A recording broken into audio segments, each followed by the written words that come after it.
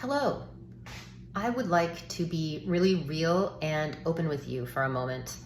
Um, Earlier this year, I was very sad for a period of time, and I don't entirely know why. Um, but I was quite sad, and it was not good. And I have struggled with depression before, and it is not a place that I want to go back to. So I think that part of this had to do with the fact that I had nearly given up on artistic endeavors, which in my case is music and writing. Music is being a singer-songwriter, writing music, singing it, performing it. And with writing, I have various nonfiction projects that I'm interested in. And I hadn't exactly given up, but I wasn't pursuing it. And I had maybe almost given up a little bit in my mind. Since moving to Southern Oregon in 2018, which also then coincided with the pandemic, I didn't really pursue either of those things very much. But I miss it, and I missed it so much in my heart and in my soul and in my spirit. It was telling me not to give up and to keep going. And then, and this is the part that I feel really weird sharing about publicly, but I've decided to do it.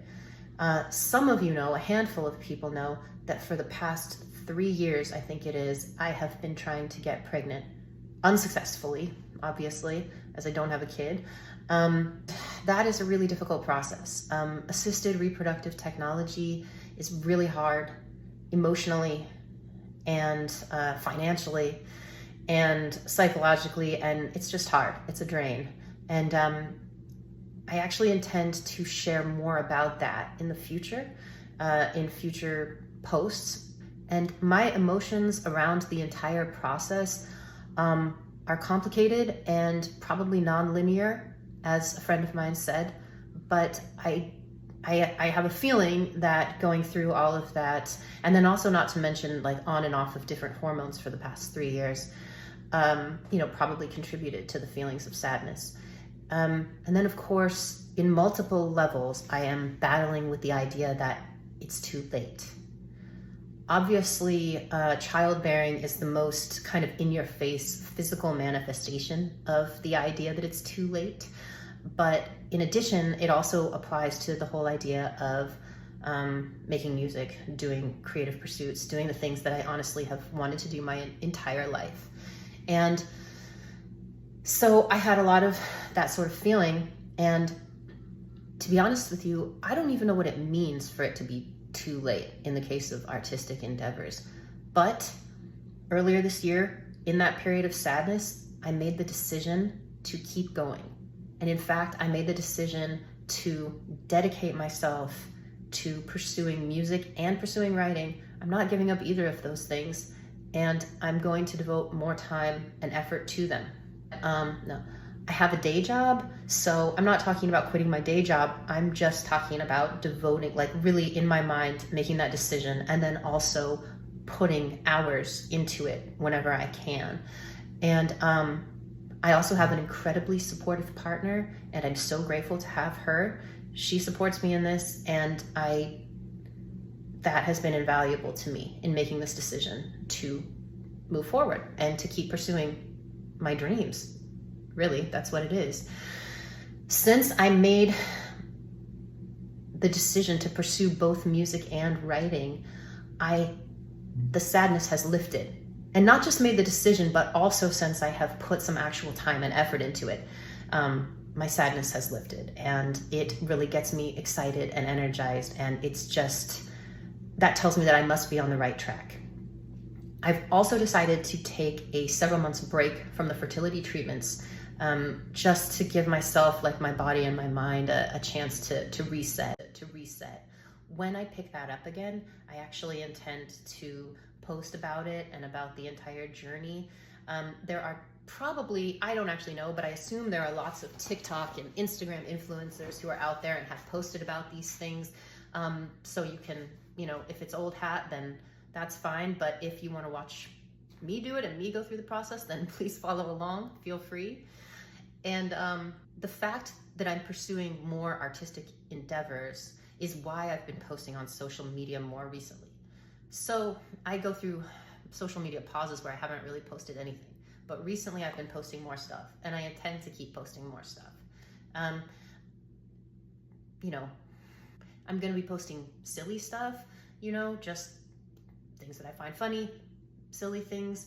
Also, my unsolicited opinions on music and movies, because if there's one thing I love, it is consuming media and then talking about it with other people. So please join me in that.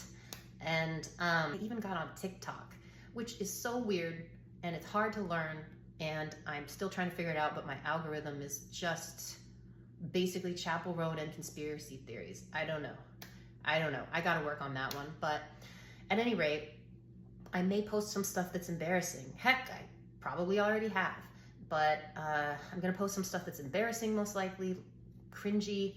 For example, I can't dance, and yet there will be dancing. But seriously, no, there will. But seriously, here's the thing.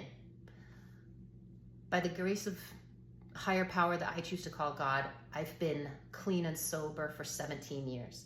So there's basically nothing that I can do on TikTok or Instagram that's going to embarrass me more than the things that I did to get me to quit drinking at the age of 21. You don't quit drinking at 21 because you're on a roll, you know, because things are going so well. So all that is to say, I did so many embarrassing things when I was drinking, and honestly, I was a blackout drinker quite a bit, and so I blacked out, and then especially in my first few years of sobriety, I had the pleasure of having, you know, more and more revealed to me about the things that I had done during my blackouts, and they were absolutely mortifying, you know, and things that I'm not proud of at all. But that being said, the fact that I lived through that and that I have moved on and become a better person, it just means that I don't really give a crap about embarrassing myself online anymore. And so, yeah, that's kind of where I'm coming from, and that is a blessing in disguise of embarrassing myself so much and doing so many dumb things when I was drinking. And you know, the reason, to give credit where credit's due, the reason that I was able to get through some of those things, because I didn't know if I was going to be able to live with myself. But the reason that I was able to do it was because of the community that I had around me, and having other people saying, we've been there and we've done that and we're still here. And that is, you know, absolutely crucial. So at any rate, all that is to say, I'm going to be posting more. I'm going to be sharing more music. I'm not sure about writing. I don't know how I'll incorporate that, but certainly if I get anything published, I'll let you know, because I've been working on that recently. And so, yeah, as I develop music and go about the process of releasing it and working on it, I'm going to loop people in, because that's something that people do nowadays and people seem interested in it. And yeah, so I'll include you. If you are interested in, oh, and I'm also going to be posting some history stuff, because history is another passion of mine, and I would like to. If you're interested in any of this, or if you like me as a person, or if you hate me as a person, or if you just want to follow me and keep tabs on me for some reason and you're ambivalent or apathetic about me as a person, please follow me on social media. It really helps. And I think that the platforms are going to be primarily YouTube for longer form content, and then Instagram and TikTok for shorter form content. So that's all I have to say for now. Thank you, everybody.